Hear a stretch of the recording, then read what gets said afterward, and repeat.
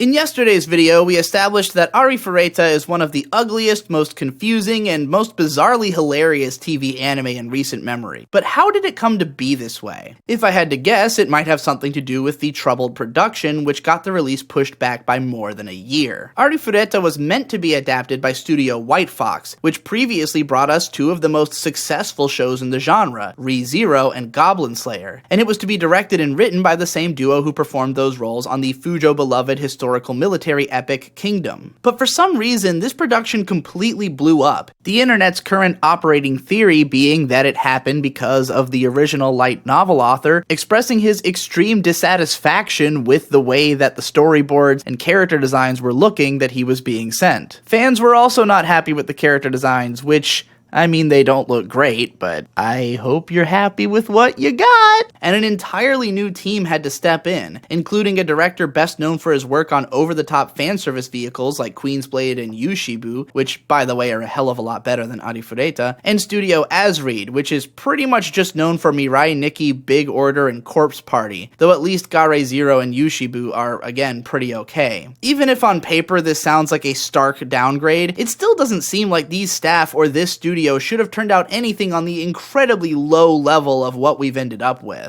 I have to suspect that it wasn't so much the fault of any of these team members individually as it was the fault of just how troubled the production was in the first place. Both Asread and White Fox are credited for their contribution to the series, so if I had to hazard a guess, I would think that White Fox had already done the bulk of the pre-production before everything fell apart when they entered the stage of actually getting the show made, and Asread just had to pick up their notes and try to make a show out of it. This is just speculation though, and the truth could be anything. All I know is that I'm much happier that things came out this way than if they had gotten it right, because a so-called well-done isekai light novel adaptation does not interest me in the slightest, but a total train wreck is always a good time. Alright, that's enough dilly-dally, let's unpause the episode. Where we left off, our guy was falling into the pit of hell after a betrayal at the hands of his comrades. It's a dark and brutal low point in the story, so nothing could be more appropriate than to cut from there to big-ass titties.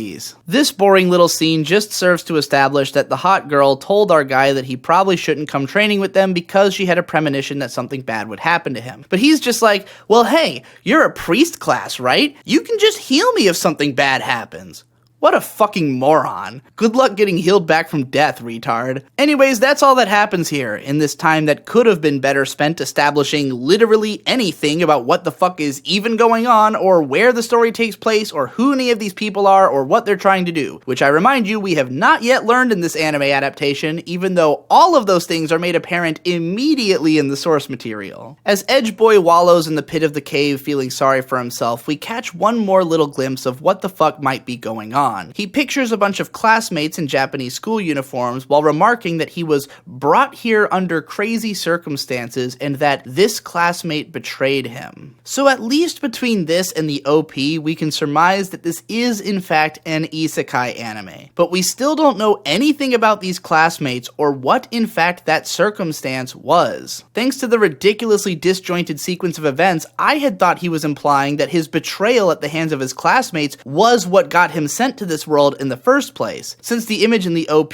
could just as easily have been him actually casting a magic circle in the classroom before one of them fucked it up or something. I've seen that happen in other shows before, but the betrayal he's referring to is actually just when he got blasted earlier, which of course they do show again, since this episode is constantly recursively going over the same information, but only shortly after he's already said the line about getting betrayed, creating a lack of association between the words and the images on screen. How do you even fuck that up? So our guy cries more like a baby before finally establishing a goal for himself, to survive and go home. He then concludes that anything which stands in the way of this goal or anyone who tries to, quote, tell him to do crap is going to be killed. Having declared himself Edgelord Supreme, his face contorts into Edge mode, and he decides that he'll even eat a goddamn monster if he has to. Wow, what a badass. He's gonna do what literally anyone would be expected to do under these circumstances, and what what we've seen countless anime protagonists do before. Now, in fairness, as soon as our boy does eat a monster a little later on, it becomes clear that this is ordinarily not a very good idea. I haven't read the light novels, but I wouldn't be at all surprised if at some point in our guy's research or training, he came across advice that you really aren't supposed to eat monsters in this world, and so we would think of this as an actually dangerous idea. But since we have no reason yet to believe that eating a monster is any different from eating an animal, the level of self-congratulating edgelord excitement that our guy feels at the prospect just comes off as hilarious. Anyways, it's hunting time, so our boy gets some of the wolves to follow him into a pit,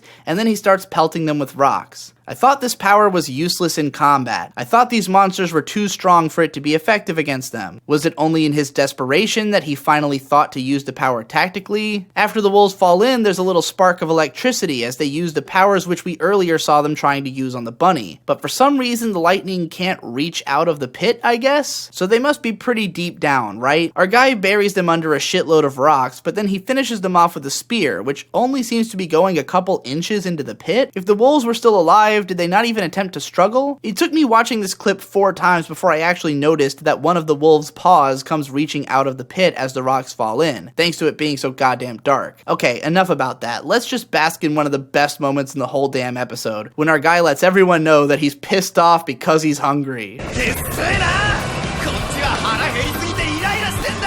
Thank God someone's keeping the Higurashi faces alive in 2019. So our guy eats the raw wolf meat and immediately starts getting fucked up from the inside as we travel through the portal to Outworld from Mortal Kombat 2. I mean, his bloodstream. Short story short, our guy transforms into Kaneki from Tokyo Ghoul. It seems that while consuming the monster meat should have made Kaneki a goner, the helpful existence of this holy water puddle has allowed him to survive, and it's immediately apparent that he's actually now even more powerful than before, as his body feels lighter. Or maybe that's just from the missing arm. Kaneki checks himself out and realizes he's gone full Chad mode, with pecs so powerful they've just about burst from his shirt. After bringing up some video game status screen, he learns that eating the monster meat has offered him new magical abilities, and suddenly it becomes abundantly clear that this story is even more derivative than you might have expected. It's hard to pinpoint exactly where this all began. Isekai in itself is a pretty old genre, even if the modern interpretations of it have developed a pretty clear identity as their own sort of subgenre. Isekai which specifically take place inside of video games or worlds which operate on the same rules as an RPG are also nothing new, though they obviously rose to increased prominence in the 2010s after the massive success of the Sword Art Online anime adaptation and subsequent success of its light novel series and of other adaptations in the genre immediately afterwards. I have no doubt that people have been writing these kinds of nearly identical stories without getting published for about as long as RPGs have existed. In fact, many of the ones which are being adapted now started as web novels, written casually by people who probably weren't expecting to get published. It's hard to say whether these authors were directly influenced by the success of something like SAO, or if they were just trying to do something similar to the other web authors which were gaining popularity at the time. But there is no question that the publishers who were scouring the internet looking for something to publish were trying to find as many video game-based isekai stories as they could get their hands on. Sword Art Online was originally penned as a web novel almost 20 years ago. It was only finally published after Reki Kawahara had already found success with Excel World, and yet the anime adaptation in 2012 completely took the world by storm, becoming one of the most popular and successful anime series of all time.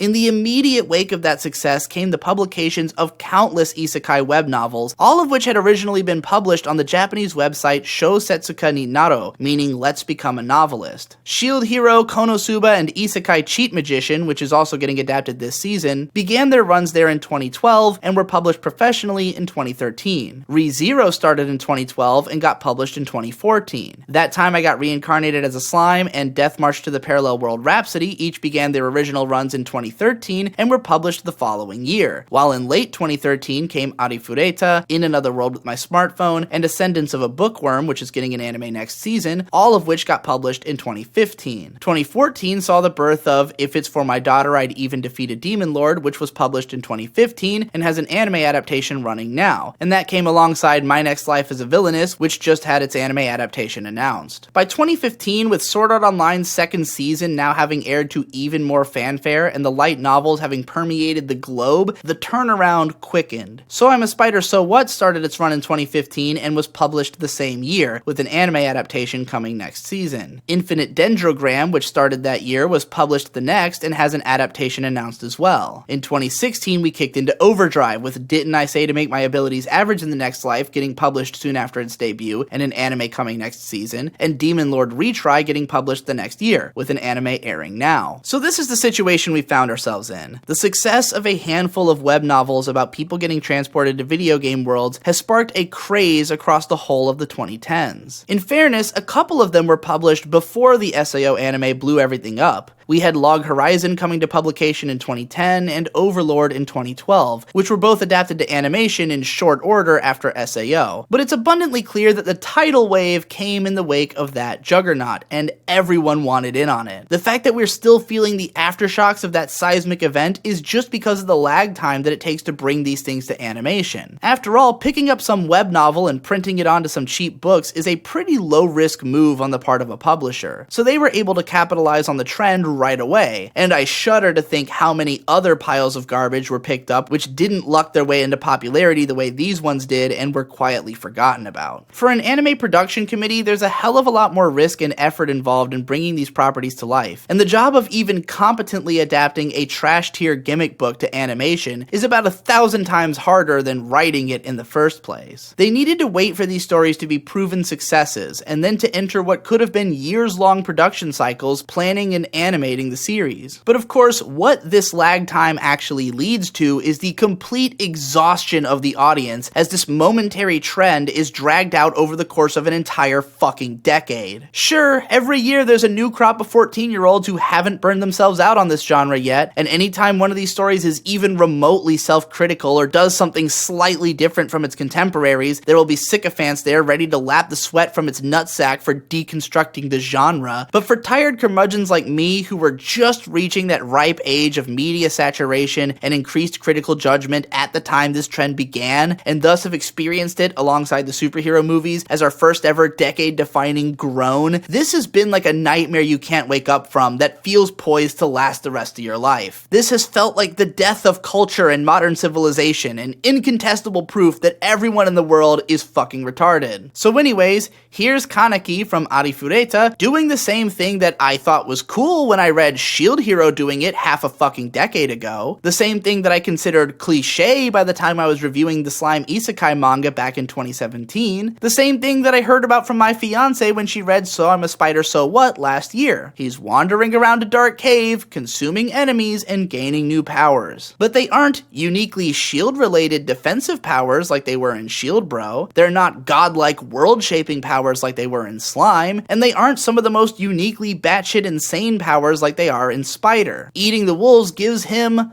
lightning. I don't care.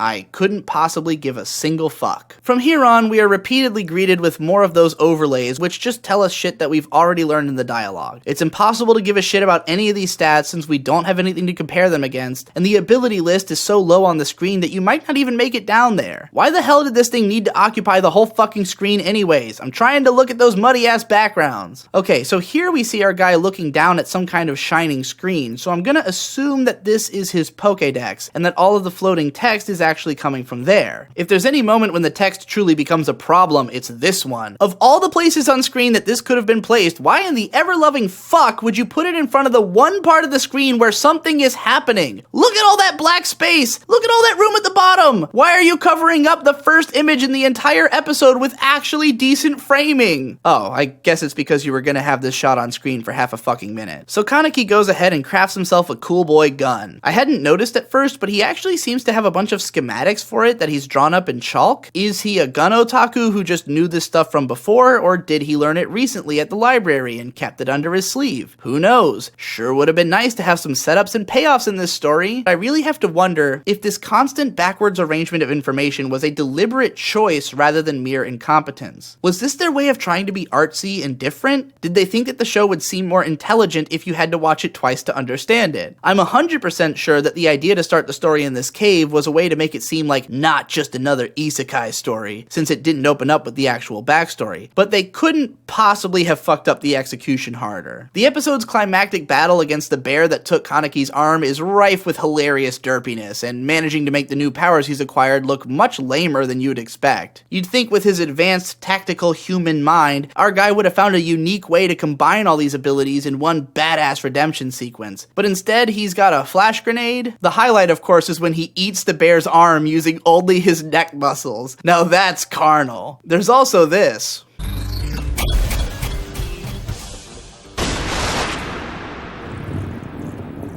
So that's about it. All we get after that is another declaration of the intent to kill anyone in Kanaki's way, and then another weird shot of the emaciated blonde who looks like she was blended into the background using the Photoshop eraser tool. I'm not even sure if she's supposed to be coming out of that thing or if her body is just incomplete. The entire ED is just a couple of cheap star effects floating on a hideous gradient background that I bet took 12 minutes to make. And there you have it, folks. The birth of the meme hit of the year. The first truly watchable, awesomely bad anime in recent memory. Personally, I'm absolutely excited to see where this is gonna go, and whether it's even capable of topping the badness of this first episode. Subscribe to my channel so you'll be here when I tackle the next one, and if you want to help bring the series to fruition, become a patron. You'll get access to all kinds of cool rewards, or maybe buy my t-shirt where I fight all these Kiritos. Thanks again for watching, and I'll see you in the next one.